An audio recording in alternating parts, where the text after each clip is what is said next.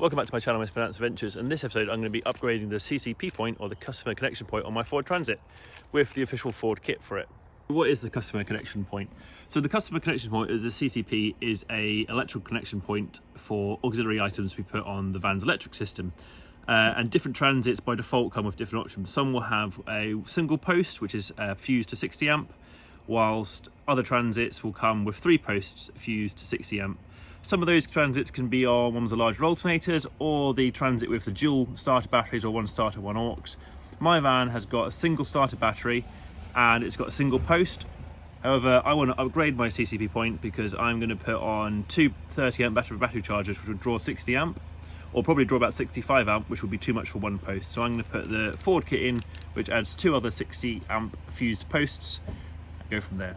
Next point, where is the CCP point? So on all the transits, it's mounted on the driver's seat base. I've got a European transit, which is right-hand drive. On the European left-hand drive and the American transit, which is left-hand drive, the CCP point is still down here. It's this black bit underneath this cover. Located here. You can pull the cover off, and then you can just about see on mine, I've got currently 1 post, and there's space for 2 more posts. So we're going to be installing the official Ford kit, which gives you the 2 extra posts, each individually fused to 60 amp. When you're using posts like that, especially if you wanted to use all 3 and each of them limited up to 60 amp, make sure that your vehicle batteries or your alternators are up to supplying that amount. So this is the official Ford CCP upgrade kit. I'll put the European part numbers down below, but also I just bought this off the Ford's part store on eBay, so I'm going to put an affiliate link. So if anyone wishes to purchase this from the eBay affiliate link, it doesn't cost you any more, but I make a little bit of money, which is great. Additionally, if you did want to try and get one in person, if you find a Ford Transit Centre, you can give them the part code and they might be able to go find it. I found it very difficult to find the European part code, and the way we eventually did it was I took the plastic cover and we put in the plastic covers part code, and it brings up all the associated parts and a picture, and then we found the upgrade kit from there. So if you do end up going to a part shop and you don't have the number, if you pull the cover off and we go in with that number there, look at that up on the system, and in doing so they'll find the associated and surrounding parts on a picture, and then you'll be able to find the upgrade kit. So what is actually in the upgrade kit?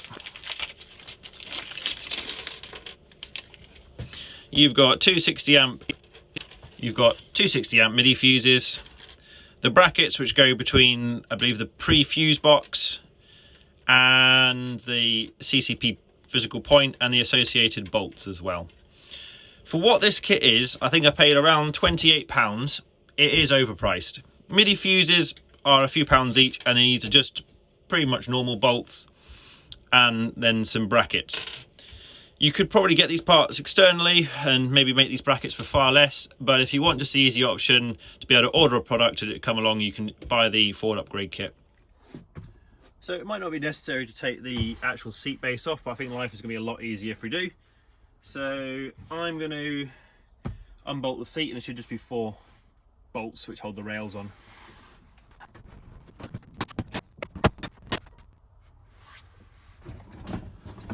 Right. There will be a cable somewhere which joins onto the seat, which I just need to disconnect. Might be a far easier idea if I don't disconnect that cable. Right, might actually be easier if I don't disconnect that wire, because there's no obvious connection, and I'm just going to move the seat.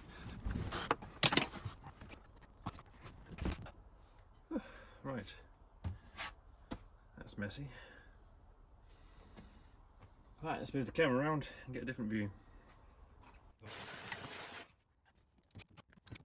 Right, we're going to unclip the battery box. We need to get access to this fuse board down here.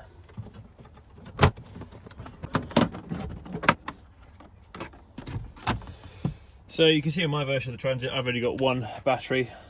Other models will have a second battery in here and not this supporting pillar. So the bit we need to access is down here. This is my current battery to battery charger, which I'm going to move onto the CCP point after we've got it all fitted, ready for the second one to go on as well.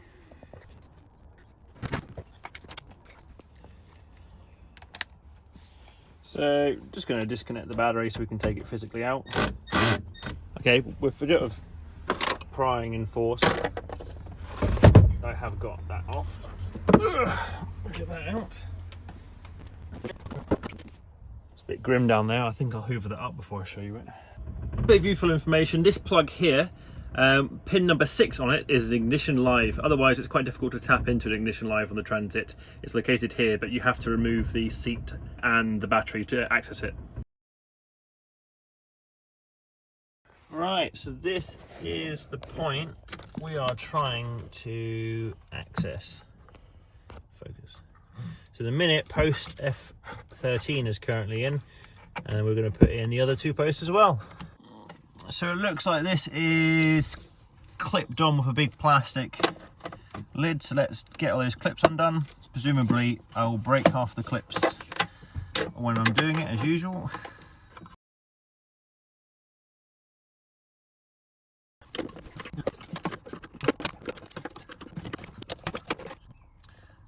Cut some cable ties because they can be re-cable tied later on.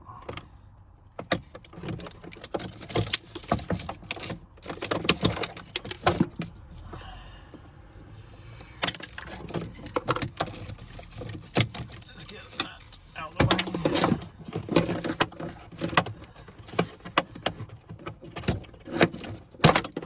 There we go.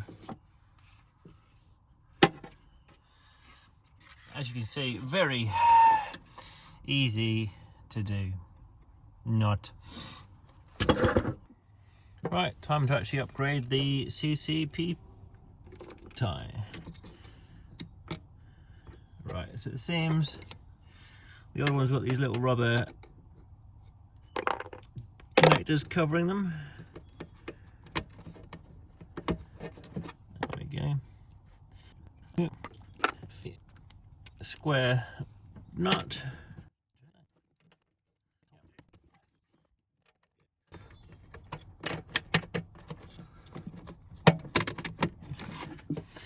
Fits in like that. It'd be a lot easier if you did take the whole thing out, but I don't want to do that. So there's a little plastic slot which keeps the nut captive in. Yeah, it's definitely a bit fiddly, this. There we go.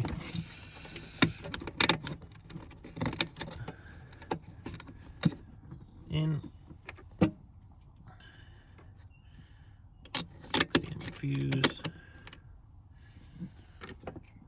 60 amp fuse.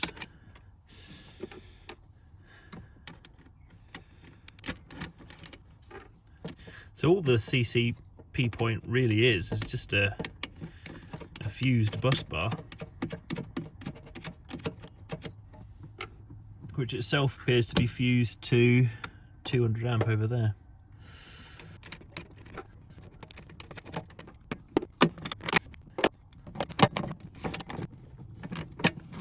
Right, there we go, 1 CCP point upgraded. All it really is a bus bar. So now I've got 3 60 amp fuse points to connect to, and I'm going to connect my battery chargers to them. Generally easy job to do, just a faff to actually get to it. So now it's time to reassemble it all.